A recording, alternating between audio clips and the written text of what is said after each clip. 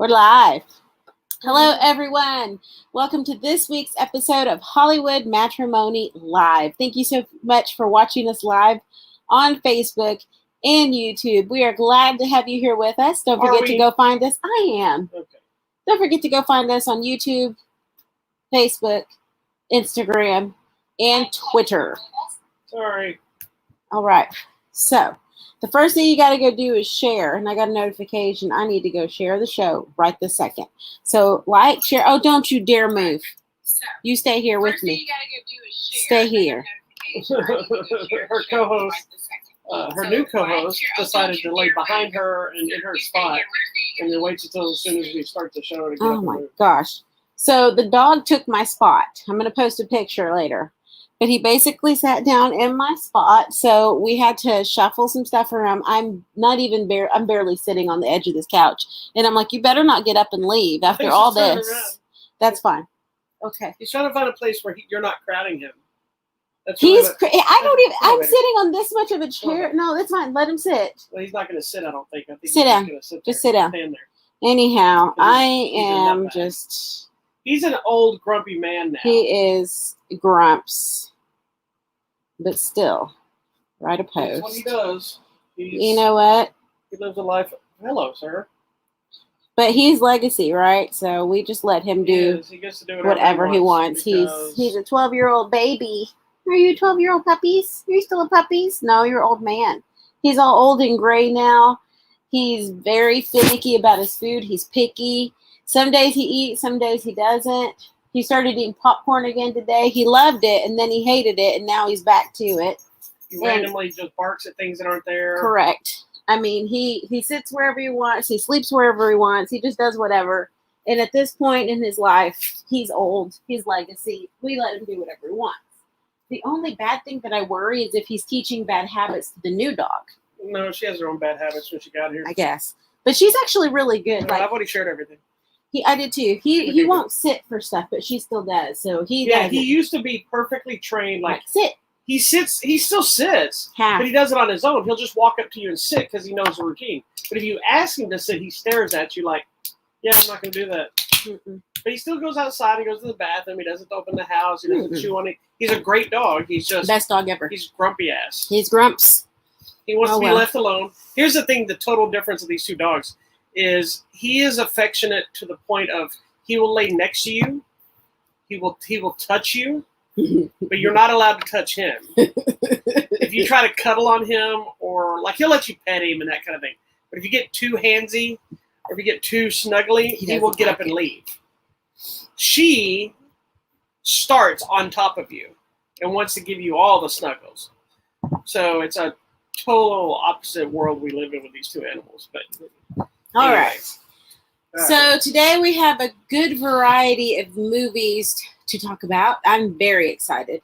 Where do we even start? That's what I'm talking about. Beginning. Let's start at the beginning. It's always best. In the beginning, God created the heavens and the earth, and it was awesome. And then there were dinosaurs. All right, let's not get into that discussion today. I don't want to talk all this again. And the Croods. I'll sit here and wait till you're finished. And then, yeah. Okay. I'm tired. But dinosaurs were real. Thank you. Where do we want to go in the movies? I don't even think we don't have a single dinosaur to discuss. I don't know where this is at. So we actually have some stuff we saw. Both saw. We have stuff we individually saw. So why don't you pick something? Because I think I have two that I've seen by myself. You have one you've seen. And the rest. You want to start with one of those and tell me? Whatever you want to tell me. Tell me about this. It looks fun. Okay, so what we're going to talk about is The House Next Door, Meet the Blacks 2. Part 2, you say? That means there's a part 1.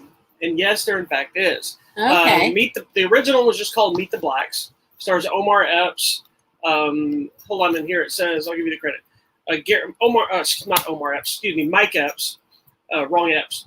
Mike Epps, Gary Owen. No, we're not starting this. No, here we go. She may have to get locked out. She's already starting to bother him. Zulay Henao, Brescia Webb, Lil Duvall, George Lopez, and Mike Tyson. Okay. And also the late Charlie Murphy makes an appearance in this one. Okay, hold on. Let me get rid of this dog. We're going to have to get rid of a dog first before we can continue because she's already starting to pester the old dog. This is the other. And when this starts, then it just gets, as you've seen commercials before, it becomes chaos, and she starts getting on stuff. Hold on. I'll keep setting this up while she's dealing with this. So the first Meet the Blacks it's a parody comedy. Okay, she's decided to lay down, so I guess we'll give her a chance. It's a comedy, but it's kind of a spoof, but it doesn't go full like Naked Gun stupid. But it is doing comedic effect of other stuff, and it's basically around The Purge, the first one. Oh, okay. So this is The Purge, but this family has moved into a very rich white neighborhood, and in this case, most white people or in these neighborhoods don't purge, so they figure we're saved from all the purge nonsense. Right. And of course, every racist, every thing in their past, every person they shaded, whatever, all come back. Oh, here we go again. Put her up. Oh my gosh, this is just so annoying. I apologize. Sorry. Come on. All of it comes back to haunt them, and that's the first movie. So what I didn't remember, this was 2016. What I didn't remember is when I watched this movie the first time. It's funny. I actually really like it. It's funny, but I didn't remember it saying to be continued. Oh. And it did. So I was like, oh, I was surprised when they made a second, but I totally forgot they showed up to be continued.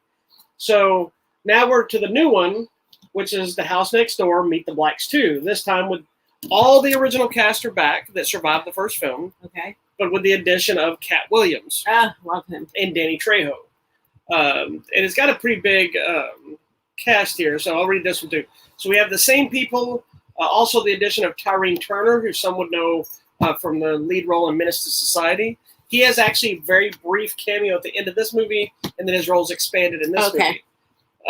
We also have Michael Blackson, who is also a small part in this one. His part is made bigger in this one. It's hilarious. Snoop Dogg comes back. Snoop Dogg plays a white man in this movie. Plays Snoop Dogg in this movie. Okay. We also got Rick Ross shows up, Danny Trejo, and of course, like I said, Cat Williams. This one is taking us in the realm of vampires. Love it. Cat Williams plays a vampire. Okay. So he's essentially Money Mike from Friday After Next, the little pimp guy that he's playing, but as a vampire. The vampire version. Yeah, he's just always like, it's pretty funny.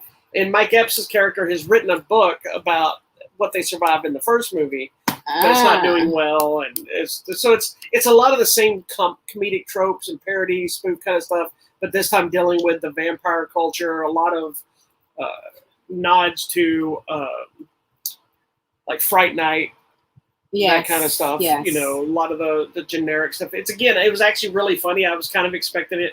Usually they run their course. I found it really entertaining. And once again, it actually sets up for another one. I wonder what they'll do next time. Well, the next one, it's kind of promoting this new team of supernatural fighters. Which you can see it on the back, but it kind of shows you. So it promises another one. I don't know if it'll get made. This one, if I'm not mistaken, was made back in like 2017 or 18. Oh my gosh! It just now got released. So I don't know if it was just COVID, if it got lost in rights or Shuffles. Whatever. So who knows if they'll make another one. But it's available now. House Next Door, Meet the Blacks 2. It's funny. If you like this, if you haven't seen the first one, you don't necessarily have to watch it, but you won't know a lot of what they're talking about with some of the jokes about his book. So I highly recommend watching both because they do play into each other, and they're both pretty entertaining. Gary Owen is in both movies, plays two different characters. Snoop Dogg plays two different characters. Everybody else plays the same characters that are either grown up, they were the kids or whatever. Michael Blackson is just like a little trying to serve somebody with court papers. Then he comes back for the purge. This time he comes back as the same character, but in a different capacity. So it's pretty funny. But both movies are great. If you like them, check it out. We also are giving away copies of this. So I don't know if the giveaway is still going on this one. It is. Is it? Okay. It's on the website. I couldn't remember if it's one that's shut down yet. HollywoodMatrimony.com. It'll probably be wrapping up here soon, though. Click the contest button. That's where you want to be. Available now. All right. Let's talk about what you want to talk about. That you want to talk about that. Well, why don't you talk about yours? I haven't. Oh, okay. Yeah, you have one of your own. You want to talk about this? Well, this is the big one, though. We'll talk about it. Okay. Yeah, we didn't both see it, so it's not going to be a long discussion because it's it's just going to be your discussion. It's going to be a long discussion. Not really. So I had the pleasure of watching this new movie called Respect. Find out what it means to me. I actually got to see the movie. I know it's it says respect. Find out what it means. But you said it was called Respect. Anyways, I was able to see Respect. I've been waiting forever to talk about this movie because I saw it like 2 weeks ago. So I've been just ready to talk about it last week, and it wasn't until this week. Yeah, you saw 2 movies that week. I did, and I've been holding on to the feeling. Anyhow, so this is a biopic, I guess you will, a little biography on the life and times of Aretha Franklin. And she is portrayed in this film by Jennifer Hudson. Did we talk about why they named her Urethra? Babe, it's Aretha. That makes more sense. Anyways, and from what we know, Aretha Franklin actually approved of Jennifer Hudson. She chose her. Prior to her death. Yes. Well, because that's J Hud. She's good. She handpicked her. So anybody that has a problem with her casting, you're going to have to go talk to Urethra. But it's actually interesting. Isn't Aretha Franklin the one that they classified the Queen of Soul? Yes. Okay. So it's actually interesting in some of the... I always get her and Diana Ross confused on who their things are. Oh, yeah. But it's interesting in some of the interviews since this has come out, just from Jennifer Hudson, that since everyone's pretty familiar with some of Aretha's big hits, she had to unlearn what she thought she knew and start over. Because in the movie, it's the process of Aretha developing a lot of these songs. And so she's like, I had to erase everything I knew and go back to, if I was creating this song, what would that be? So, through that whole process. And this follows Aretha from her early childhood life. So is this one, I know it's not a musical, I don't mean to interrupt you, but is this one play up more like, because there's a lot of the ones I think I think it's written in the review where there's some of the other more recent, because the musical biopics have been really popular lately with All Eyes on Me, Straight Outta Compton, Bohemian Rhapsody, Rocket Man, those kind of movies coming out. Is it put in a musical aspect like Rocket Man, or is it more just like Bohemian Rhapsody and those kind of things? No, it's more Bohemian Rhapsody. Where there's musical performances. Correct. It's not musically told. So I got you. It actually starts with her early life, and it's actually quite sad at the beginning of her life. A lot of the stuff that happens just within her family, with her growing up, the racism of the time. I mean, so a lot of just kind of sadness and stuff throughout her childhood. And as we get into her young adulthood, we see how involved she was with the movement for equality and fighting for everyone's rights, because she was part of Martin Luther King's tour. Like, she would open up by singing a song or a hymn or something, and then he'd come and preach or, speak or whatever you want to call it. So she was super involved in that throughout her life. And so was her father, who was a pastor. And so in that little sense of the thing with the whole church thing, I was like, okay, I'm with you, sister. I get it. And I feel like even so, some of the sadness that comes along with that upbringing of everything must be a certain way, and if you're outside of that, it's wrong. And so we see some of the that she goes through with her father, because she wants to have a singing career, make a record. And he's like, well, I could do that for you. She's like, but I don't want to sing that. I want to sing what I want to sing. And so we go through just her early record career, and the first 3 or 4 albums, there was no hits on any of them. And so I don't think people know about them. And so we go through that until finally she starts singing, this is what I want to sing. But we go through some of her tumultuous relationships. We deal with, death and loss and how that impacts her. And she kind of takes a dark turn for a while. And it's just...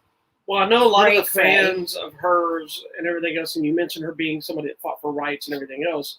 Do they actually touch on the part of her career when she starts fighting for your right to party?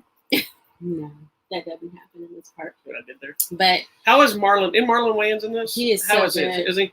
He plays her husband. I'm going to say one of her husbands. But he's in the movie a heavy amount, right? He is, and he's so good in this. Well, I know I guess I don't expect it from when I hear their family. I think funny. Well, and he's done some drama stuff. He did another movie where he played a crackhead, I think it was, and did really good.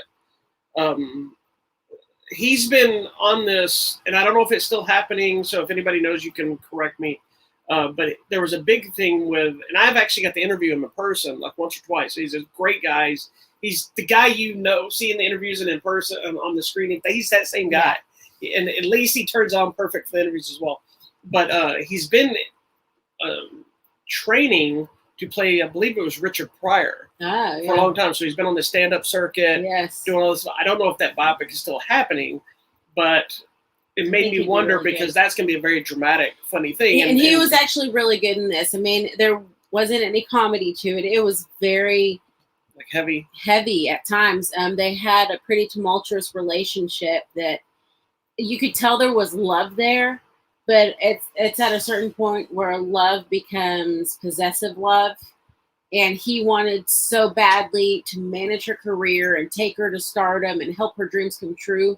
But it turned in a way where it's like, I'm going to do this no matter what it costs me or you to get you where you want to be, instead of being a more compassionate leader or manager for her. It turned sour. And it's actually kind of frightening at times the way he treats her. But he's able to go there. And I did not expect that at all. So we know Jennifer Hudson's an extremely talented singer. Absolutely. We also know this movie is about someone who's classified as the Queen of Soul. Yes. So there's an elevation you have to get to as a performer to do this person justice. Because I'm assuming Jennifer Hudson sang the music herself. Yeah. Or did they dub in Aretha Franklin's actual music? She sang it. So do you think she did the music justice, at least on a level that's worthy of telling the story? Obviously, maybe not on the level of Aretha Franklin herself, but because you're also a singer. Yeah. Some of y'all don't know this. She's also a singer, and she has a lot of opinions about people singing. She also likes to sing while we're trying to have a conversation, which is going to end up causing a problem in this marriage one of these days. But what is your level of opinions of her vocal performances? It was awesome. In comparison to Aretha Franklin's music and life. Yes, no, it was awesome. And one of the things that you can tell is that she was very diligent in not being Jennifer Hudson singing Aretha Franklin. She was trying to be her sing like Aretha Franklin singing Aretha Franklin. So did it sound like Aretha Franklin singing? It did. It did. Well, I know sometimes you have to give a little bit of a little extra rope there because no one's going to sound like Aretha Franklin. But correct. Does it at least sound close enough that you believe it's Aretha Franklin for the story? Or yes, I will just tell you, it didn't go where Jennifer Hudson would go when she's singing. Right. Because when she sings, she's like this. Yeah. She did more of the Aretha style. Okay. So I appreciate that, and that's what I was saying. I'm going to ask you a controversial question. Uh-oh. It's a controversy, kids. Controversy. Do I need a banner that says controversy? We should add that, though, when I ask, because, I'll always ask these kind of questions, because I will go there. But it's also an opinion question. Okay. Now, first of all, were you a big fan of Aretha Franklin before this movie? I do know a lot of her hits. I did not know anything about her life. Yes, no, I wasn't. But as far as the music, I'm just talking about the music. But you were a moderate fan, not like a big. Yeah, not a huge. Because you're not a huge soul music. No, but I know her. And were you a big Jennifer Hudson fan? I am a Jennifer Hudson fan. Okay, so after seeing the movie of her life, knowing Jennifer Hudson's life essentially, and knowing the two performances, in general of their life, who do you think is a better singer? Of the real people, not the movie performance, the real people. Who do you think is a better singer? Jennifer Hudson or Aretha Franklin? And I know you can easily go down the road and say, well, they're different kinds of singers. They are different kinds of singers. And they're different performers. And it's a different time period. I'm not letting you off that easy. I want your opinion. Who do you think is a better singer? I think just based on the trajectory and length and breadth of music, I would go with Aretha Franklin. Cool. Here's an argument that I know people don't like to have. I think vocally maybe Jennifer Hudson, but I gotta tell you, when you now knowing the story and really her triumph over adversity, I'm gonna go with Aretha. And I think the whole thing, the Queen of Soul, like she was so soulful. Here's something I think that plays a lot into the stories. And again, I haven't seen the movie. I'm going by the generalization of people like Elvis and her. Like, I'm not an Elvis fan. Correct. Like, I recognize his ability, but my personal opinion is going to irritate a lot of people. I don't think he's a bad singer or a bad performer. I think he's an average performer that came at the right time because he was different for his time. Had he showed up today, I think he'd have been come and gone and been forgotten about.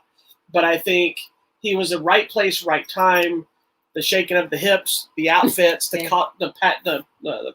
pageantry of his performances, the type of music he did, stealing the black music and the white people, however you want to look at it. We got it. He did something that, it's kind of, he was kind of, I know this might sound controversial too, he was kind of an Eminem of his day because he was taking the black sort of music and then spinning it into his rock and roll vibe and doing his thing that made him stand out as something bigger, kind of like Eminem has done with rap. Do you think Aretha Franklin, had she started now, would have been as big? Or do you think it was not just her talent, which I'm not arguing talent for these people, or do you think it was also the circumstances of the time? I think it had to do a lot with the time because I think right now, perhaps soul music, where it would not be as popular today.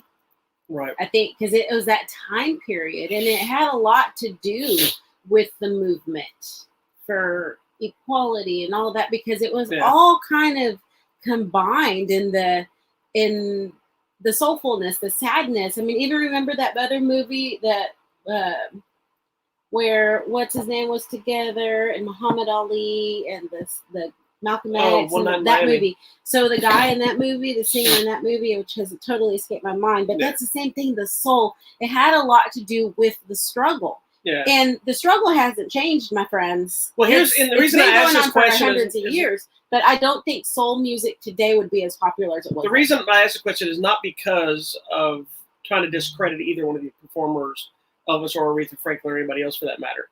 I recognize their talent and their ability. I try to recognize people's talent, even if I hate their music or I'm not a fan of their music or I don't like what they do. I can still be man enough to say, okay, yes, Garth Brooks is talented. I just hate his music. You know what I mean? It's like, well, you just don't like country. Where a lot of people, but there is country I do like. Yeah. But as a whole, I don't. But there are most people just like, they suck and that they can't bring themselves to say this. But my thing is, I think there's such a difference, and I think that's why movies like this are important, is there's such a difference on how music is accepted today because the struggles are kind of gone in the industry because you can become a famous singer from YouTube. Yeah, you can go on YouTube and make yourself famous. I'm not saying these people don't still work. Like we've mentioned Tom McDonald on here before. That guy hustles. And whatever reason he's connected, whether it be some of the controversy, some of the political stuff, but you also have a lot of these musicians that have become massive people that I would have been like, why? But I think the older music from our generation and generations before us, as you mentioned, there's that struggle of civil rights struggle. There's struggle of like even Elvis, he was struggling with the controversies of sexuality, not his sexuality, but being sexual on stage. And the things that, NWA's in their F the Police music and trying to stand up to what they felt police brutalities and stuff that also, as you said, still holds up today. Yeah. But the music's not really coming out and giving the punch to really fight that it did back then. Yeah, because I feel like too, just as a society as a whole, we are like so desensitized to all of it. We're just like, oh, it's, it's still happening. It's still going on. Or, oh, okay. We don't get it. And I feel like too. Well, I think it's the generation doesn't get it because their music doesn't. I'm not. It's hard because every generation, our parents thought the same thing about our music. I know. And we think the same thing about the new generation. But it's funny because I've gone through these rabbit holes of, I used to hate reaction videos with a passion. And then I've started really enjoying music ones about younger people finding people like Aretha Franklin and Queen and, Vanilla Ice for that matter. And it's funny because, speaking on Vanilla Ice, it's funny because there's so many of the African-American people that are watching these videos that love the song and thought, man, I bet this guy was banging back in the day. They don't always know the mockery that went with that because that was a hit, but I also made fun of Vanilla Ice, right? Not that was an important song, but the music today doesn't seem to come with a story most of the time. It doesn't seem to come with a history. And the ones that do seem to get forgotten too fast because the generation now doesn't listen to music that way. Correct. The ones that do listen to older music. The ones that feel it, yes, they have their music. Like I'm proud to say that our kids, they have new music they love. Yeah. But they hold on to the old stuff. And I feel like, too, now, because everything's so interconnected with the internet, you don't have to go through the cool search of finding out, like, what other albums do they have? And, like, there was no way to just go look on wherever and see how many albums somebody had. Like, you had to go to the music store and then ask somebody. And sometimes you'd have to get the little book. Yeah, you had lyrics. You couldn't even go on. You couldn't even go on and hope there was like you wanted to hear a song or you wanted to get a copy of it before it was. You had to wait for the radio to play. You had to call in the radio station, request it. You'd always. I know. I did. I'm sure you did this. You'd have your cassette in there ready to hit record. So there was a cassette tape, and you could hit record. So you could record You could record the song off the radio, so you could have it to play it anytime you wanted. Even like lyrics, remember, you'd have to go buy the little magazine, the musician magazine that had lyrics at the back of it for like the most popular song. I mean, you couldn't just go to the internet, and it was the struggle of finding out more about your artists. There was no Wikipedia. Like, you had to go do your research if you wanted to find someone and then find out their other albums. I mean, it was a lot of work, and that was part of the fun of it. Was the story and the struggle of that. We talked about this on the show sometime back, like when Straight Outta Compton came out. I know I go back to rap, but that's where most of my thing was. But the entire rivalry between NW and Ice Cube when they broke up, I lived through that, but it played out on their albums and MTV News. Yep. That was it. Yep. There was no Facebook post about it. There was no MySpace post. There was no YouTube post. There was no news broadcast about what has happened. It was, you get the new album, you're sitting there, all of a sudden you're like, wait, what? They broke up? They're having a fight? Can they say that? And then you eagerly wait to see the next album. But you have to wait for the next album. You have to wait till somebody does an interview somewhere. And there weren't interviews like this. Like, you don't, if you missed the interview on Johnny Carson or Arsenio Hall or whatever was on at the time, be on MTV News. For you missed it. It was, you don't see it. There was nobody playing it the next day on their online website because we didn't have any of that. Mm-hmm. So that's why I appreciate these movies, even if it's not somebody I give a crap about. Like, I recognize Aretha Franklin's ability. She's amazing. I'm not overly interested in her music, but I'm interested in the film because I'd like to learn about her. Yeah, see, and I knew nothing about her life, and there were times where I was like, oh no, I'm like, don't do it, don't go there, don't, And the good thing is I was with a really good audience, so I was able to go see it at Studio Movie Grill, which was so exciting to be able to get back to the whole movie and eat dinner and that whole thing. And they had special menu items, so I got the little respect menu. And they had special cocktails and special desserts like the R.E.S.P. R.E.S.P. each daisy. And that's funny. Chain of mules instead of chain. Oh, that's funny. House Margarita.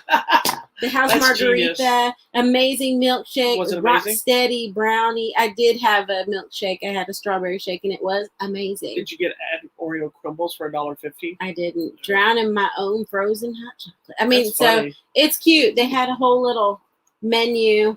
And I had a really good crowd that was really into it. Were they singing? And yes, everybody was singing. And at the beginning, we were all like, R-E-S-P-E-C-T. Find out what it means. Like, they were getting the audience hyped up. So let me ask you this. It was really before good. we move on away from this one, because we spent a long time on this. Yeah, sorry. But it deserves it. It's Aretha.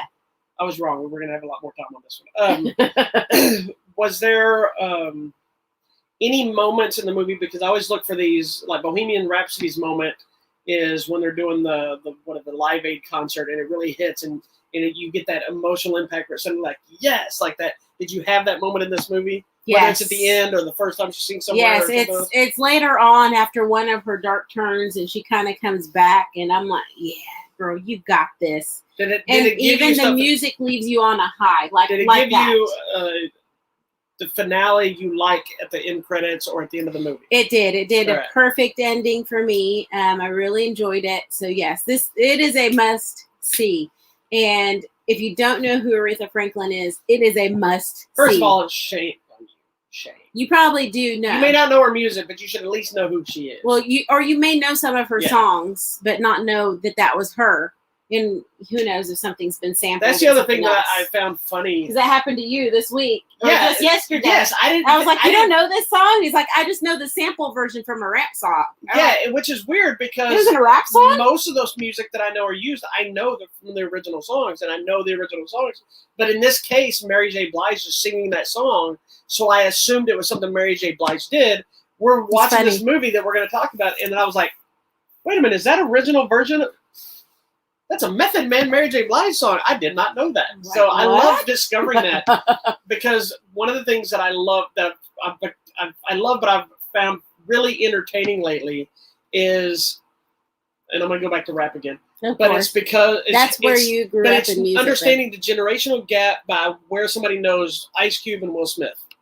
Oh. Because some people only know Will Smith as the Fresh Prince. Some only know him as the movie action star. Oh. And then some of them know him of... He was rapping before that. My Parents Don't Understand. Yeah. That is, Ice Cube's the same way. Some people know him NWA. Mm-hmm. Same thing with Dre. Some people know him as the Beats guy. The actor guy. Yeah, there's people the guy that made Beats. Insanely surprised by how many people watch videos from the Chronic album and be like, man, I didn't know Dre had bars like this. Like, man, I knew Dre did a little bit of rapping, but I just knew he was a DJ and then he did the beats by Dre, and I'm like, what? And even it's starting to happen with Snoop Dogg too. Really? People are like, I knew he was a rapper, but I knew him from the Snoop and Martha, and I knew him from I do love Snoop because he's probably the most diversified rap star in existence. He is. He's into everything. Anyway, moving on. It's just Respect is in theaters now. Please go watch it. It is my cohort a necessity. Says it's good, and she's saying she should see it. Yes, RESPECT. Oh, right. Yes, tell me about this. I'm actually excited. This looks really cool. Movie was. I'm just gonna say right now, this movie is awesome. It looks so cool. Once I get the Blu-rays and stuff, then we'll watch it because it's gonna probably stress you out. Oh no! It's a movie called Raging Fire, which is Donnie Yen's latest film. I always mess this guy's name up. It's also starring Nicholas Tse. I don't know if it's silent. It's TSE. So it's one of those names that I don't really know how to say it. Maybe. And it's directed by Benny Chan, who sadly he filmed this film while he had cancer. He managed to finish editing and he passed away before it was released. If I'm not mistaken. So this is Benny Chan's final film. Benny Chan. Benny Chan. Benny Chan has done a lot of stuff. He did the new Police Stories. He's done a lot of movies. Anyway, so this is, believe it or not, for all of his Ip Man movies and all this stuff, I like Donnie Yen in these kind of movies, which this is a cop, heist, thriller, hardcore action. It reminded me of Heat, which we touched, guess you haven't seen, which is Al Pacino, Robert De Niro, Val Kilmer, which is a big bank robbery heist how did movie. I miss that? But yeah, the movie reminded me on some elements of that. It's about a cop who's kind of always in trouble, doing the wrong things, or he's extra violent when he's doing stuff. And then some other cops that felt betrayed.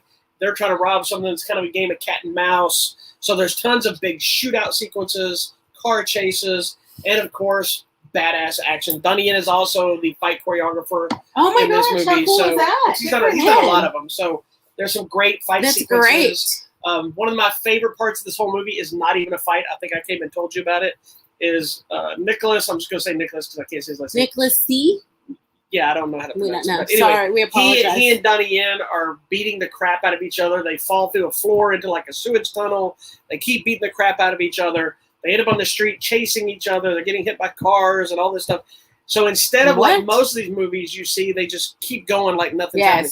Both the guys are running down the street. It's not that guy. I'm taking it back. He's not fighting Nicholas. He's fighting a different guy.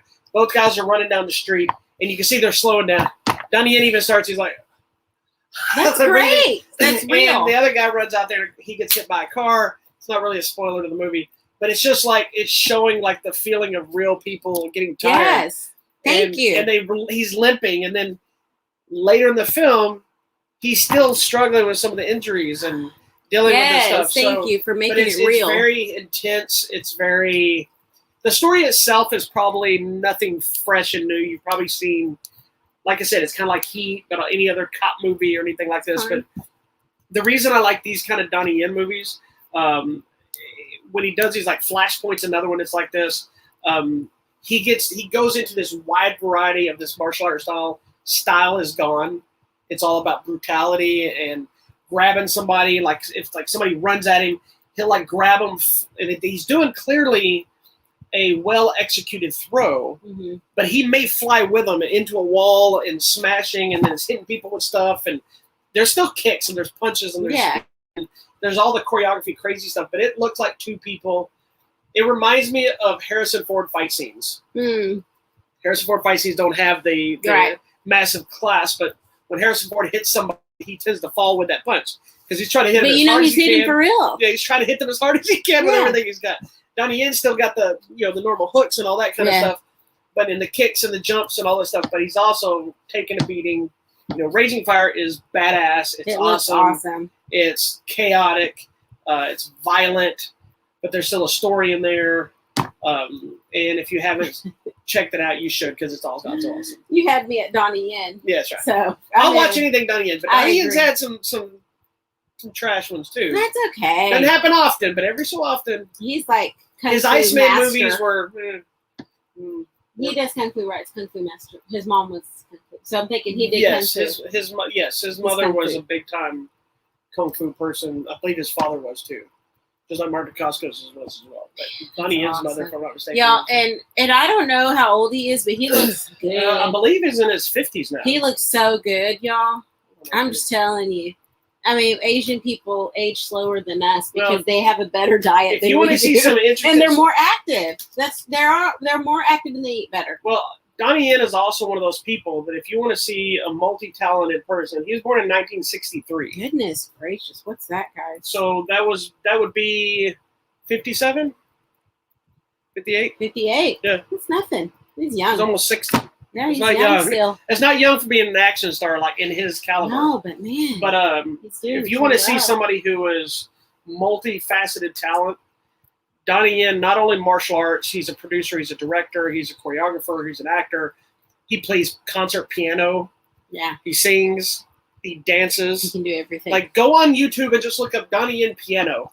And you'll find his dad was a musician or something, right? Then I play you that video of somebody. You're like, oh, who is that? I was like, what? I'm like, it's Donnie Yen. I think his dad was a musician or something. So, amateur musician. There you go. That's why. He had a very well written. But he also because he's Chinese, so they actually start teaching their children. He has a really great Instagram because he posts anything from set photos to just him training, doing stuff, and then some stuff he posts like funny training videos. Oh, that's fun. Then he'll just post pictures with himself and his wife and talking about how much he loves her and how beautiful she is. Sweet. And then sometimes with his kids, it's just like a real life. It's not all just promoting his movie. That's good. So anyway, but Raging Fire it is in theaters, limited release, I believe digital stuff now. I'm sure it'll hit Hiya sometime soon, as well as Blu-ray and DVD at some point. But it looks awesome, so I'm in. I'm all in. Excellent. Love it, love it, love it. Okay, now where do we go? We've got this one, and this one. Pick one. You want to go here? Okay. Let's go there. All right, another movie that directly connects to me. Okay, so this movie is called Coda.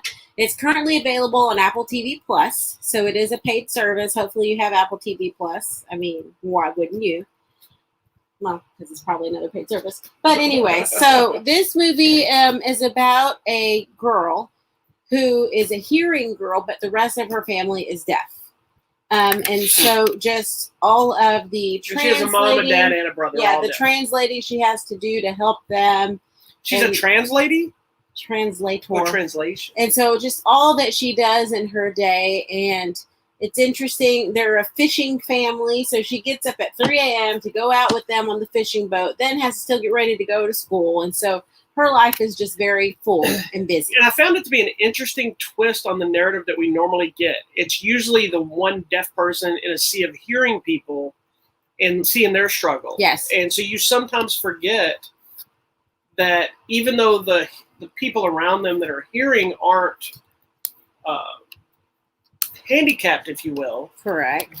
They are sometimes put through just as much, if not more, stress and struggle to help the people around them that need it. Right. So this is kind of the reverse of it. So she's the one that's constantly feels like she has to help them, assist them. Yeah, and to make it even further is she really loves to sing. Right. Which is something music is not really okay in the house. Not like they're against music, but they find it rude when she's listening to things in the headphones because they can't.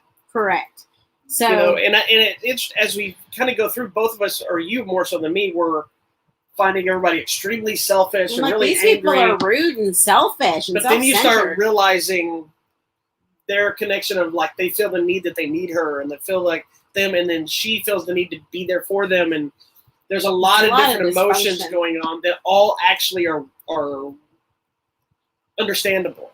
Yeah. Once you get to the root of all of it. I mean, and part of it is, it's actually very heartbreaking because in a way, each person feels inadequate, with their own issues. Like she does, the dad does, the brother does, the mom, like they all feel inadequate in a way because of what they don't have, but not realizing what they do have. Can I just say it was pretty cool that because all the 3 people that are cast are actually real life deaf people. Yes. So it's not a case of, casting people to act like they're deaf. There are 3 actual deaf people in the family. So it's interesting to see how they would have. And they've shot it to communicate and learning the sign languages and all the other stuff. Well, so the little girl discovers she really likes to sing. She's trying to prepare for the school choir concert and even prepare an audition to attend Berkeley School of Music. And her family's all like, why do you want to leave us? Why do you want to sing? That's silly. And she's all struggling with I can't spend my entire life helping you. And they're like, kind of, why not? But at some point, her brother's kind of on her side. Her mom's not really. I didn't like the mom character in this because she seemed just so selfish and out of place. I agree with you until her explanation there at the end, and you start understanding, like, she is selfish, but I understand why, because she didn't understand how she was going to be able to deal with it, and she had her own issues with her own mother because of her being deaf. Correct. And she thought that she was going to have issues with her daughter because she wasn't deaf. So I guess what we see is her mom, the grandmother, could hear. The mom was deaf, so she's like, I didn't really connect with my mom because we were different. So then when I found out that you, my child, was hearing, I was worried I wasn't going to be able to connect with you.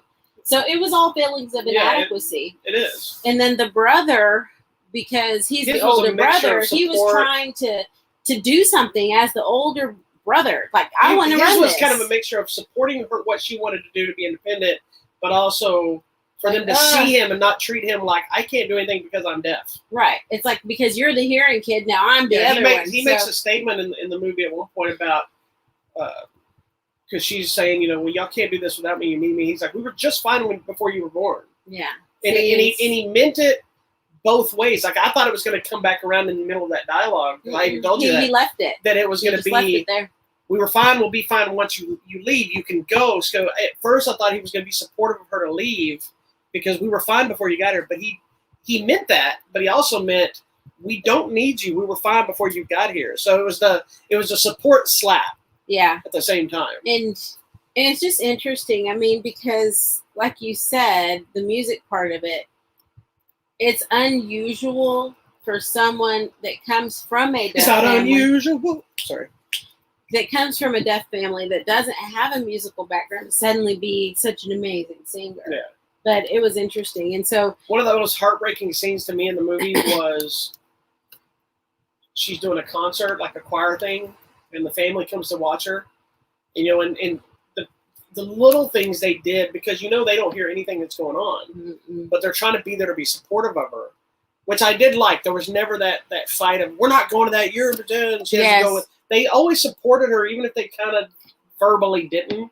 They still were always there for her.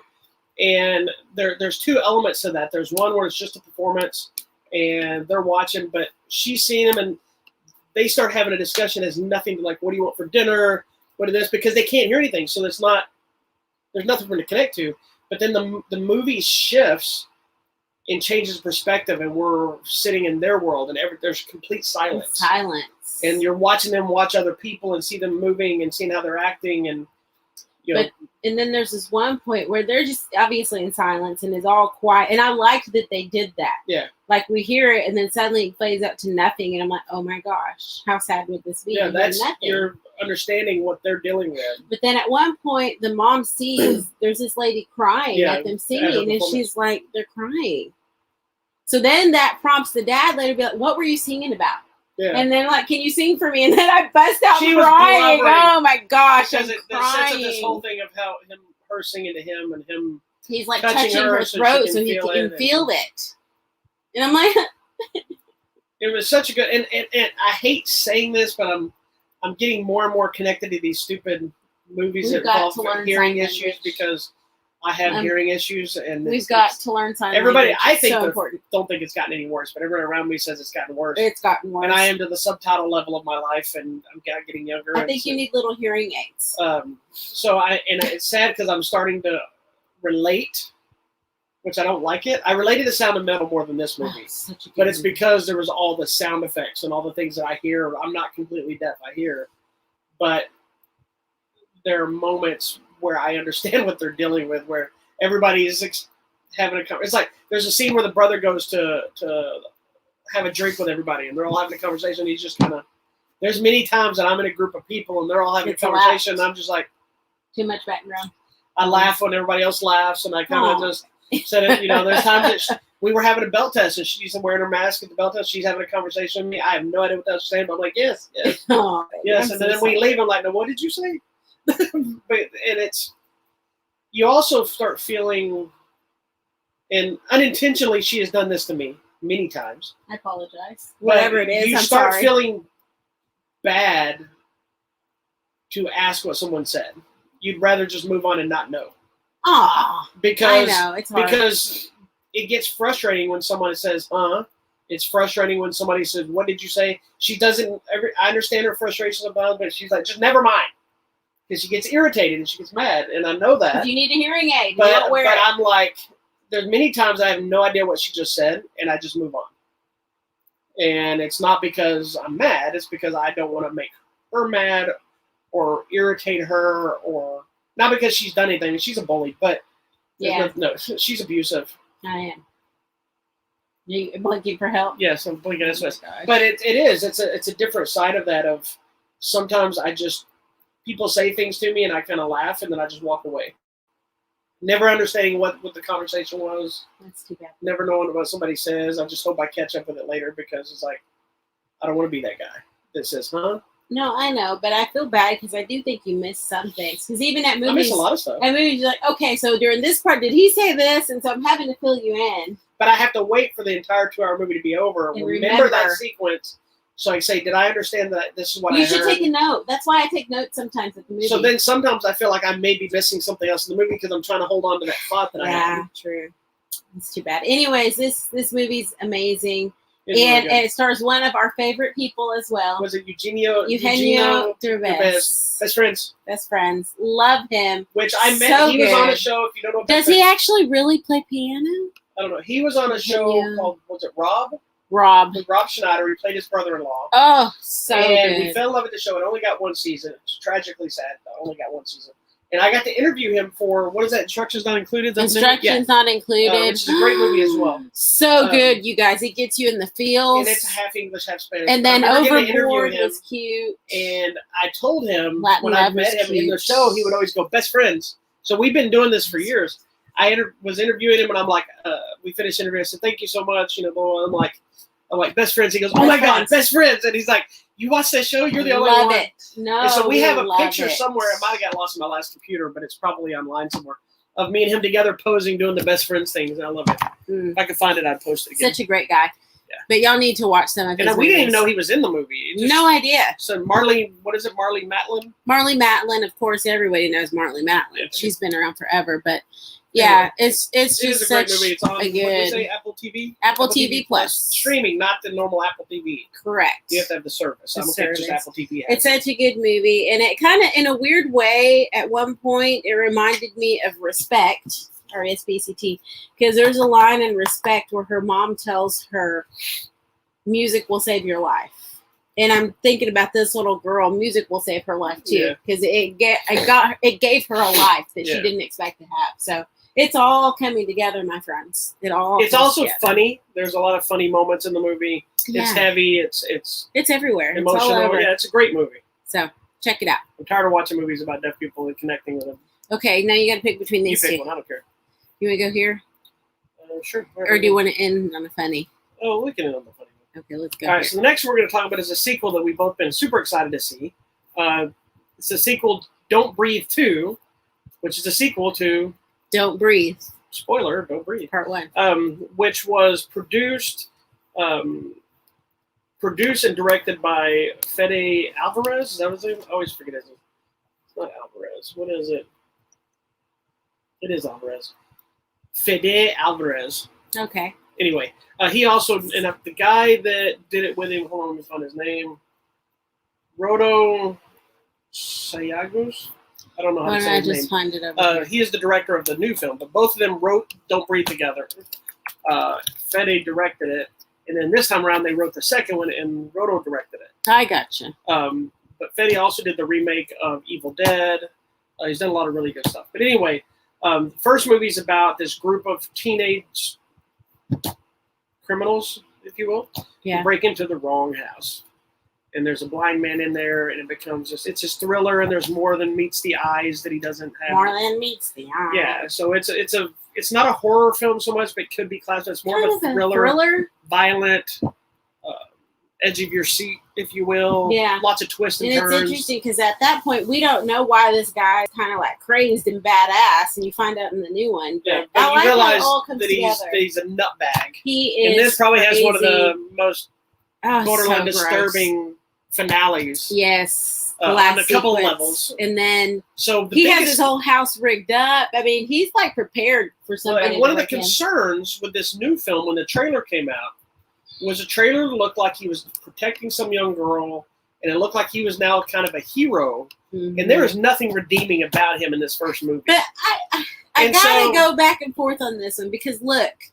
In the first movie, he was trying to get back at the person that killed his daughter. I understand that, but I know he went crazy. Even if you forget that part of it, it's the stuff he did past that. But was it really? Yes, because once you step past that, you've gone. I mean, I know once you've gone crazy, but still, the level of insanity of people that broke into his house and the stuff he's doing, and then what you shouldn't break into my house. Oh, I agree. Everybody in both these movies are criminals. They're all a mess. There's no good people in either one of these movies. There's no redeeming people. But one of the biggest concerns and fears was with the new one making it look like he was more of a hero. Correct. While being horrifically had done some stuff in here that would there's no redeemingness in this.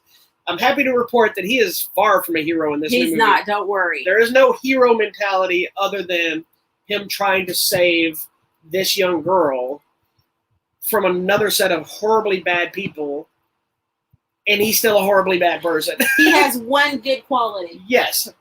He will not hurt animals. Yes, which is an interesting moment. So that tells you he's not completely crazy. No, he is completely crazy. No. No. You can be completely crazy and still have some kind of thing that you connect with. But it's interesting that that's that one moment you almost feel morally okay with his existence. I'm like, okay, he doesn't hurt animals. But then you're reminded of other things as it goes. So this new one is, in fact, a sequel. It takes sequel. Years after this one. Correct. I don't know how many years. Is it 8 years from the last one, or did we really specify that? It has to be at least. It has to be at least a minimum of 8 years. Because of where this first one picks up. Anyway, and in this one, he has taken this young girl, and then for whatever reason, there's a set of crazy people that try to take her, and madness ensues. Correct. That's essentially. I will say that the twist ending stuff to this one, while kind of surprising, and not where I thought it was going to go, still wasn't as sane as this one. But it still worked. It did work for me. I mean, because in the end, I feel like we kind of get some answers to some things and wrap up a few loose ends. That doesn't mean there couldn't be more in a different time period. And there's still ways to move forward. There's still ways, but I mean, I liked this movie so much. I did too. I liked it. I was very disappointed in one element because they set up, and this was a choice. This wasn't a bad part of the movie. They set up something in the film about a trafficking thing. And everything they did set you up to believe that trafficking thing was connected to what they're doing, only to then spin it to show that it's not, but then to spin it back and say that it is. And there was an element in there they could have, it was such a brilliant way of telling a story which says, this is really what it is, we're feeding it to you. And then you'd be like, holy crap, it's none of that. Which they do that. And then it kind of, elements of that sink back in. So I was a little bummed about that. But it doesn't hurt the film. Yeah. And what I liked about this is we had a lot more creative fights and attacks and kills. The first one, he had his whole place rigged up. And this one, we're in his new place, but we have to adventure beyond that. And I'm just like, wait a minute, how's he making this work if you're blind? So, well, in this at one, a he certain point, wasn't. you have to kind of give away. Well, you don't have to give anything away. In this one, he was not. Let it go. He was not fully rigged up for this one because he wasn't living a life where he had really done anything wrong, even though he did and has many times. Well, he still had some things rigged. I know, but it's not like the first one's rigged in elements because there's a very horrific crime taking place. Yes. In this new one, there's not an actual crime taking place, really, but it is. So I'm just saying, once we get out, he's more living. He's more living like normal now. Ish. Yeah, ish. Still strange. I struggle with him because his voice is not in an octave I can hear very well. Yes, that was the other thing that I was he talks concerned. like this. Now, does this man really talk this No, way? Stephen Lang is awesome. He does not normally talk. You know Stephen Lang. I do. He was also he's his other biggest movies from Avatar. He was that Colonel. Oh, Bash, that guy. No Marine wonder guy. I don't really care for him. I love Stephen Lang. Anyhow, he was my choice to play Cable in Deadpool. Some of these other people in this movie, for a minute, I thought we were like hearkening back to some vampires or something. The look. Did you get that vibe? Yeah, it's because they're Buffy the Vampire feel, but they were mostly drug people. And, yeah. But it was interesting. Some of like that one guy with the blonde hair and the shaved head. I'm like, he's a vampire. I just automatically you just assume everybody's a vampire. I assume everyone's a vampire, but yeah, there's a lot of weird directional elements in the movie in relation to the big twist to it. Yeah, but the behavior to some of the people towards characters don't connect to what the twist is. Yeah. So it just shows a bigger dysfunction in everybody involved, and everybody in this movie, with the exception of maybe the little girl, are horrible people. Correct. The little girl is more a product of her circumstance, so you can give her a pass. But everybody in this movie is a horrible person. I just like there was some good creative stuff, you guys. There was some crazy attacks, some crazy fights.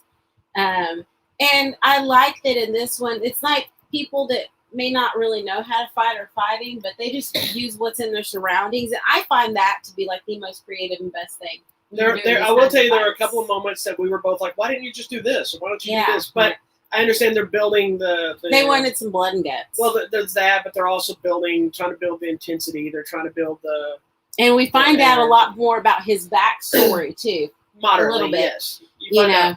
So it's interesting. I really enjoyed this movie. And I was surprised. I will say this: there's kind of a redemption / acceptance element. Yeah. And I don't want you to think that he is made to be a good guy. He's never made to be that what he's done is okay. We know he's not. It's more of I would love to see 50,000 movies of him, this blind guy killing people. But it's a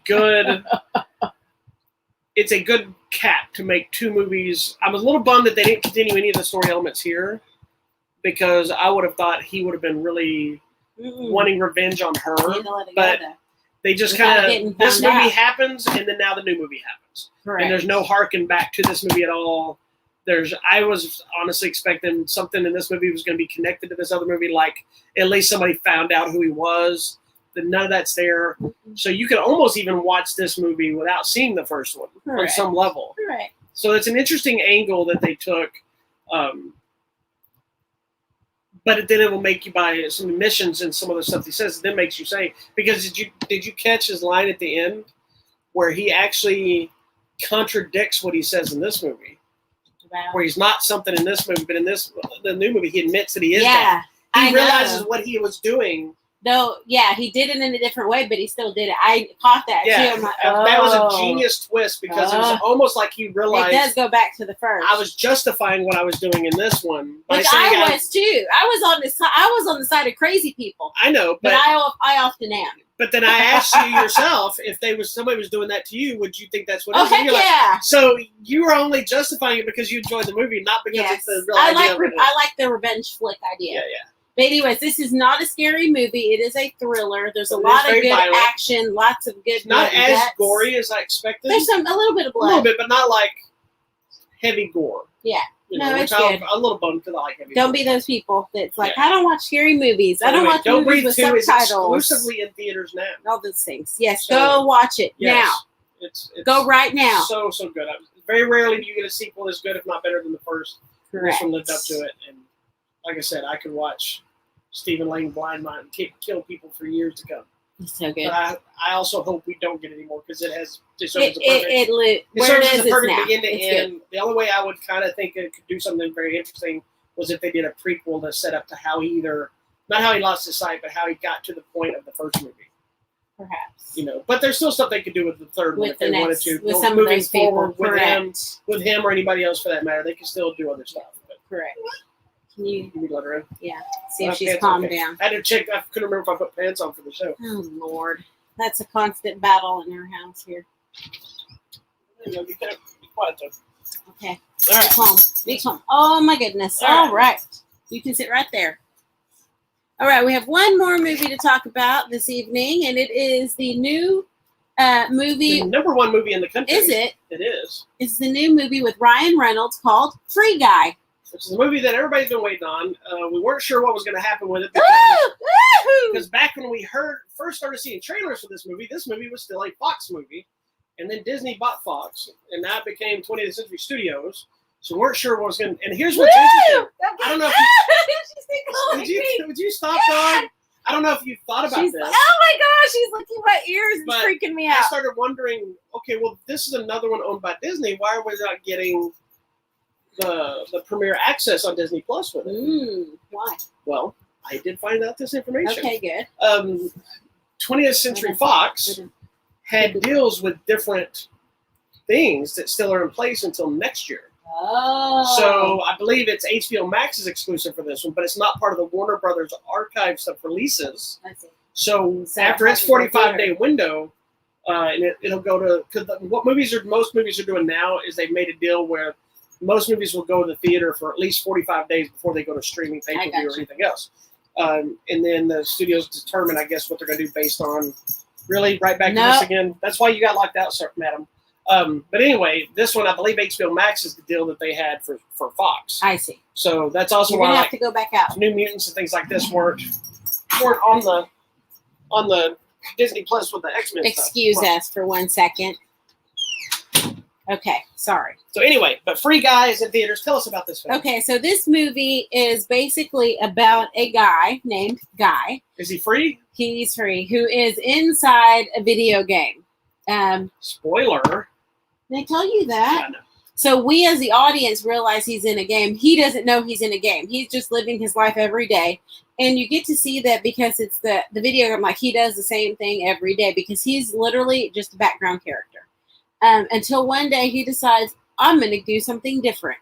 And then chaos ensues because he's not supposed to do that. What did you... I got to see this 2 weeks ago. You got to see this by yourself. I sadly didn't go. I was very upset that I didn't go because I've been really looking forward to this movie.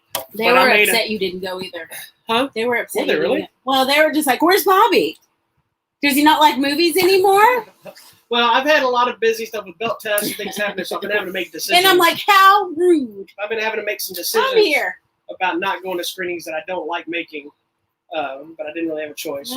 But so then I was bummed out. And then even more so is because we went to the movies on Friday night, I ended up not going to the movie to see this on Friday like I planned. Didn't think I was going to get to. And then what luck would have it, I ended up canceling my class today that we normally would have. So I quickly ran to the theater and saw it by myself. There you go. But I've been stoked to see this movie. So what were your thoughts? Because I know you were wanting to see it because you like Ryan Reynolds. I like Ryan Reynolds. I honestly had no super interest in seeing it. I don't know anything about modern video games. So I was just like, okay, we'll see. It looks kind of funny. I thought it was hilarious. I was laughing out loud. I was having such a good time with this movie. And then you saw it. You're like, yeah, I had a great time with the movie. I do enjoy the movie very much so. I wasn't laughing out loud. But again, I don't think it's the movie. I also got really tired all of a sudden. Oh, shoot. I've been exhausted we've had a lot of stuff going on with my classes yesterday and free comic book day that I was working, a lot of stuff. I know it seems silly, but I got comfortable in that seat, in a recliner seat at the theater, and I got really sleep. I didn't fall asleep during the movie. It kept me entertained. It kept me engaged. But I didn't find myself. I also still don't think I would have laughed as hard as I thought I was going to. But I honestly think it's a fatigue of waiting for it to come out. Perhaps. like because it's so long I've been waiting on this. It's finally here. It's Maybe I hyped it up too much. No, I don't even think it was that because I didn't remember how much you had said when you laughed until I left. Oh, I laughed. But I think some of it was the loud. I did love the movie, and I think it is a movie that I could rewatch. I think I need to watch it again because I remember at one point I had to go use the bathroom and come back, and I was there by myself, so there was no one to tell me what happened. So I've got to watch it one more time. I think another element for me was I'd been seeing a lot of articles that I didn't read them, but I kept seeing how did Ryan Reynolds and Free Guy pull off the big cameo, and how did they pull off getting this thing to appear? So I knew there was probably something related to other Disney properties involved now, but I purposely didn't look at them. Yeah. So there are some great fun twists. There are a couple of cameos in it that were fun. Mm-hmm.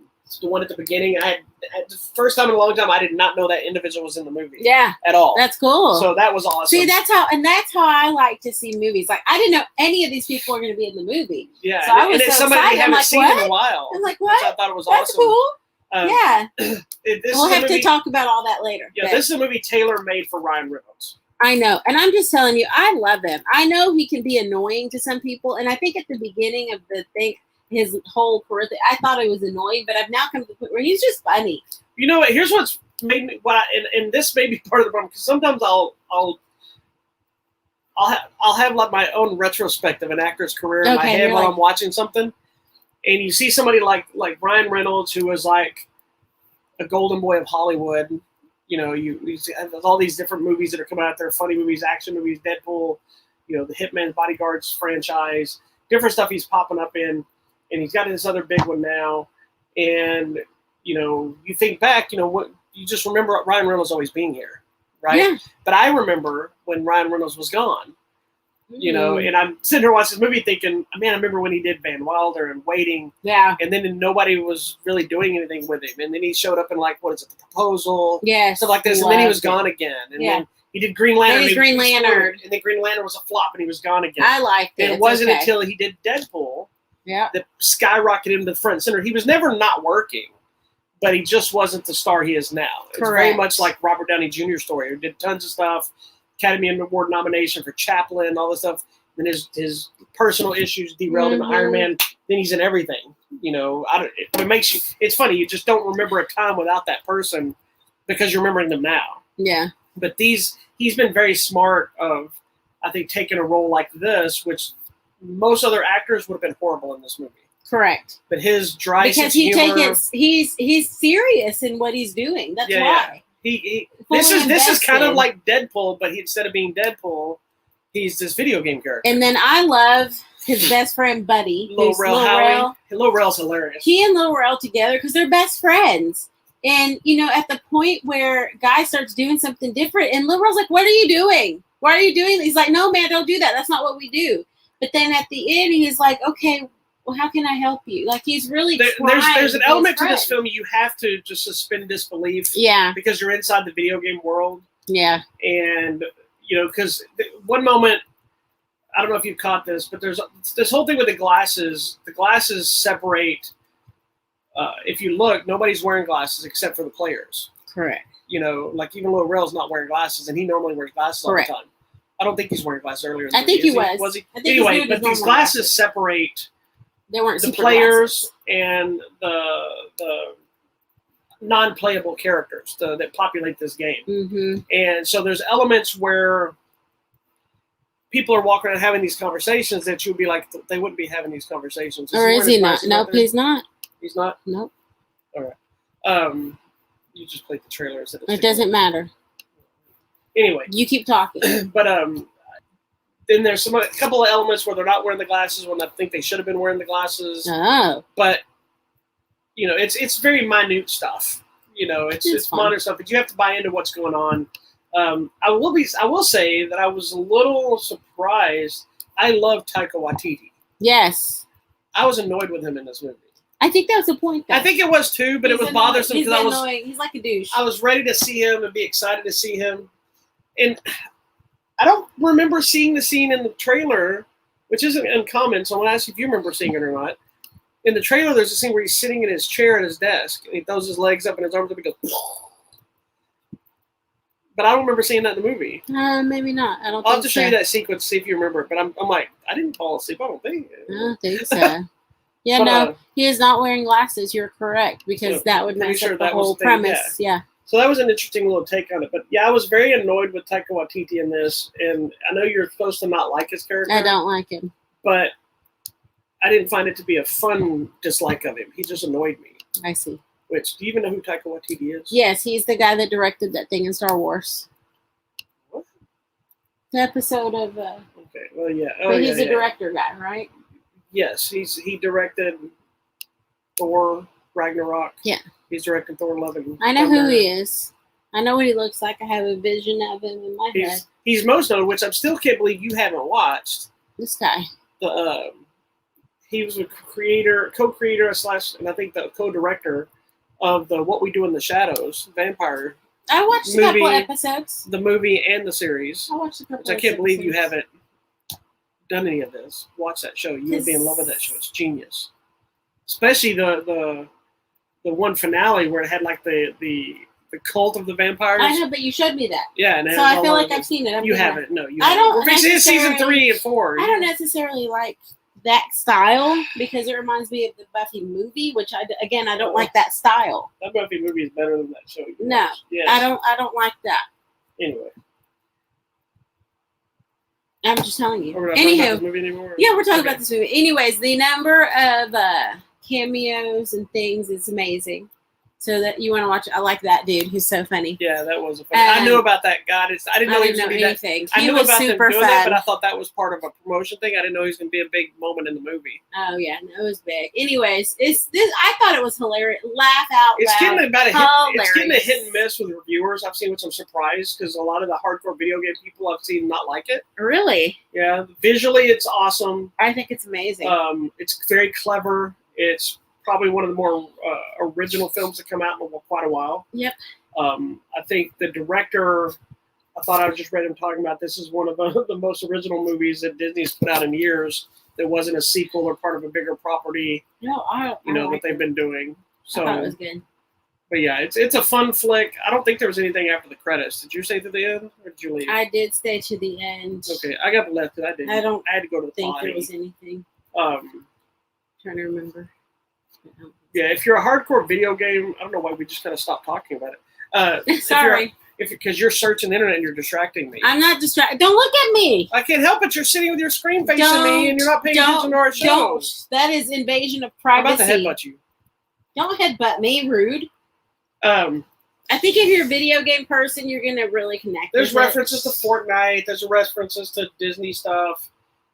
There's references to other properties that you like. There's a lot of computer talk. Yeah, there's a lot of generic stuff. And I was also worried how interesting the real world discussion was going to be outside of the.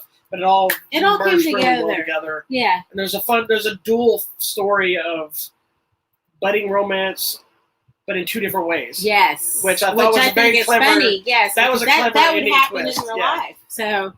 It's art imitating life, imitating art. Yeah, and there's a character that's really stupid, that the one you were saying that you like, that has some of the best dialogue at the end. So fun. I just thought this whole thing was fun. Yeah, it's a fun movie. It is fun. I enjoyed it a lot. I highly recommend. If you like Ryan Reynolds, I think you'll love the movie. You're gonna love it. If you're annoyed by Ryan Reynolds, you'll probably be annoyed by this movie. No, but give it a chance. But it's still a fun movie. Give peace a chance. This is yet another one where you turn your brain off, you grab your popcorn. You should watch it on the biggest, loudest theater you can. They intelligently release this only in theaters. My seat was I got to see it in the Dolby. Oh, so the seat was shaking. Like nice. There's a sequence at the end. The whole bridge thing. Yeah. The whole seat was shaking the entire time while that was happening. Gunshots, the seats are shaking. Awesome. So, you just need some snacks and just enjoy it. Just have a blast. Do Free it. Guys Do it now. Theaters now. Only. So go check it out. It was the #1 movie of the weekend. All right. And interesting to note of the box office, like every week there's been stuff that's come out, and even if it's done fairly well, there's still been constant discussion of like, well, it would have done better with COVID, and that's both this movie and I think Don't Breathe 2. Mm-hmm. I think both exceeded the expectations of what the anticipated box office really was. Good. So neither one of them were like blown away amounts of money, but what they thought it was going to be. and what it actually was more, which is a good sign for theaters. So it looks like things are still slowly picking up. There's some other stuff took some drops, took some hits, but we'll see what happens. I think it's going to be good. I mean, I think I'm glad. I'm feeling like everything's doing better than we expected because people are going back. Yeah. My concern now is this whole new. Well, that was the big discussion. Was too, people were concerned with the Delta variant that was going to start hindering it, but it seems to, like Shang-Chi, which is actually Shang-Chi. That's what they're calling him in the movie. So now my 47 years of Shang-Chi, I have to say Shang-Chi now. And we were discussing this at Free Comic Book Day yesterday about how everybody has always said Shang-Chi. They're saying Shang-Chi now, and the most likely people that are going to correct us when we say it will be people that are not comic book fans and only see the movie. Yeah. And so we're going to have to switch our. Sorry, hopefully we haven't jacked it all up for y'all. Now as I'm rereading the omnibus for the Shang-Chi stuff, I'm irritable about reading his name now. So anyway, I'm also really upset about that movie. I'm excited to see it, but I'm mad that it's the new version, which I'm not surprised, but there better be something in there where he's in that old uniform where his headband and the bare feet. Because you may not know this, but in the original comic series, he's wearing a gi with a headband, and he's barefoot. He's just walking around the city like Kane on Kung Fu. And all those old comics weren't like superhero books. They were like Kung Fu theater. Because the character was created because of the popularity of Kung Fu TV series and Bruce Lee.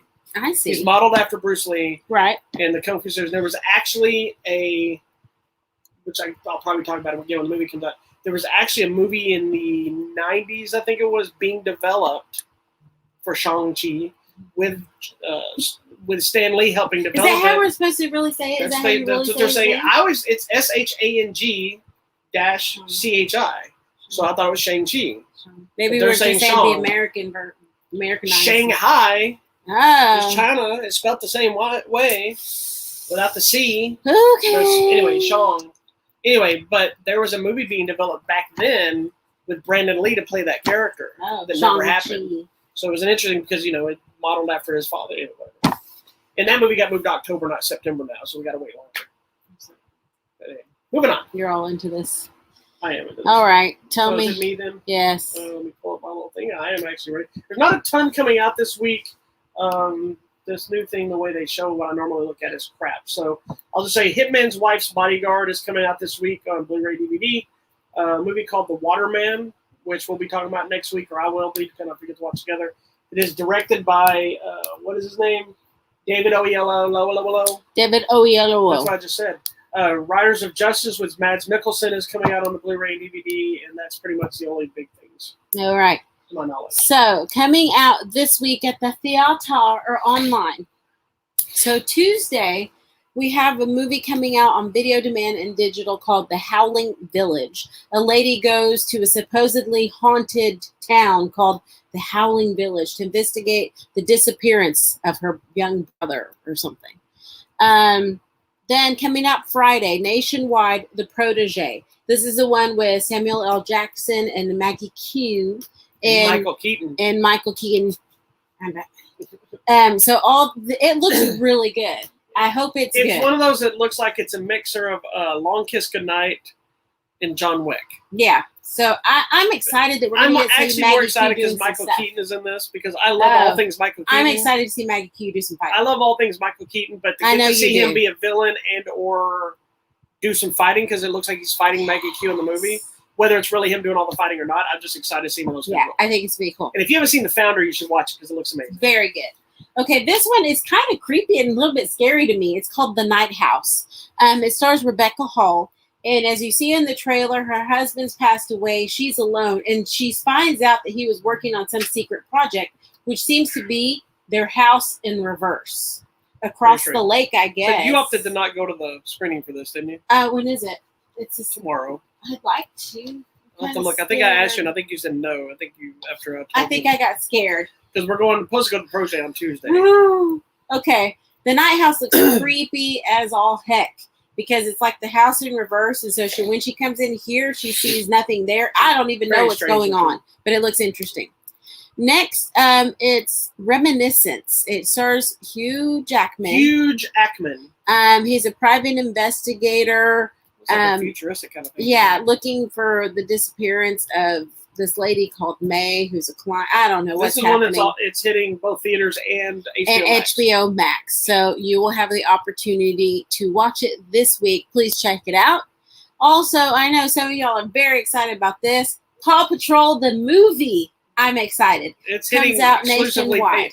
Paramount Plus. Okay, so I'm excited for that. This one I'm excited for. Coming to Netflix, a movie called Sweet Girl. It's a new movie starring Jason Momoa. And it's like a revenge thriller. Is angry because... Have you seen the trailer for this? I have not, but man, just from this, he's angry about some pharmaceutical company not putting out the drug his wife that could have saved his life. It seems like angry man on fire. So I'm all in. You're putting out a Loud House movie? There is a Loud House movie coming to Netflix, babe. For those of you that are fans of Nickelodeon's show, The Loud House. You've never heard of it. No, but I'm excited that you're excited. I'm not overly excited. I've seen it. So who knows? That's what's coming out to Netflix. It's basically a family with a whole bunch of people living there. Oh, goodness. Okay, coming to video demand and digital. The movie called Risen. It's after a meteor strikes a town, and then what happens, and it's like unearthly events start to occur. Then these are all. This is in limited release. It may be near you. It's a movie called Demonic, which I saw the trailer you posted or whatever for that. I am not happy about this at all, but I'm gonna have to watch it. Coming out this week on Prime Video, it's a movie with Adam Driver and Maria Cotillard. It's called Annette. Oh, I had a screening for that. So it's about him trying to be a stand-up comedian. She's a singer. That they're a couple, but something happens with their child that's born, and something a little weird's happening. So it's called Annette. But in case you didn't know, that Demonic movie is directed by Neil Blomkamp, who he's the same person that did Elysium. District 13. Oh, so there might be a different subtext to the movie. Oh, it just looks creepy. It does. It looks. I don't awesome. Like anything with demonic possession.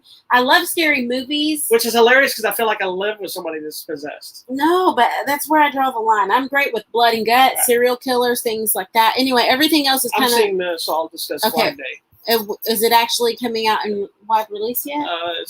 The limited releases. It's like sometimes limited release doesn't mean it's getting a wide release. That okay, well, this is Sean Penn and a bunch of other people. Sean Penn directed it as well. His brother's in it. Okay, well, there you go. There's a lot of other random things coming up. Excuse me, but that's kind of the big stuff. So we'll be on the lookout for that. We got a bunch of stuff for next week. Okay. It's going to be a good week. All right. Good week at the movies. And let me tell you what movies. We got a couple, I think like one or two new giveaways maybe. I know at least one. Let me wait for my assistant here to put them on the screen to talk about them. We still got a few that I kept them up there because I've still got copies. I've got people entering. I'm sending stuff out. And sometimes until I run out, I keep posting them, even though she keeps throwing them up on the screen. I haven't mentioned them yet. One of them, we still got 4Ks of Space Jam. The house next door, next house, whatever it is, Meet the Blacks 2, which we talked about today. Copies of that to give away. Those Who Wish Me Dead with Angelina Jolie on fire. Jolie. The Dead Zone Collector's Edition from Shout Factory. Shout! A.K.A. Scream Factory. We got one copy of Willy Wonka left. I'm probably going to get ready to give away. And one of the latest new ones is Spirit Untamed, the movie, which is okay, I've done some research finally on this. Is it a sequel? There's a movie called Spirits, Stallion of the Cimarron. Yes. That is a movie by itself. Oh, okay. There was a series of Spirit. Right. This movie is more of a sequel, connection, redo, connected to the series, not the original movie. Okay, to the TV series. Yeah, that's why the animation is more like the series. Y'all, it looks like so cute. It does not look it looks so cute. I'm ready to watch this whenever. And I do have some other ones coming up. Some other giveaways that'll be going up hopefully this week. That will be replacing some other stuff and some other ones coming. So, all right. Well, there you go. Including a certain everybody's favorite boy wizard. We may have a giveaway of something for that. That's going to celebrating an anniversary. Anyway. Make sure you check out our website, HollywoodMatrimony.com. Go to that contest button. That's where you can find all this free stuff and enter to win. That's right. We'll be here next week for another episode of Hollywood Matrimony Live, and we'll talk about a bunch of stuff we don't know anything about. All right.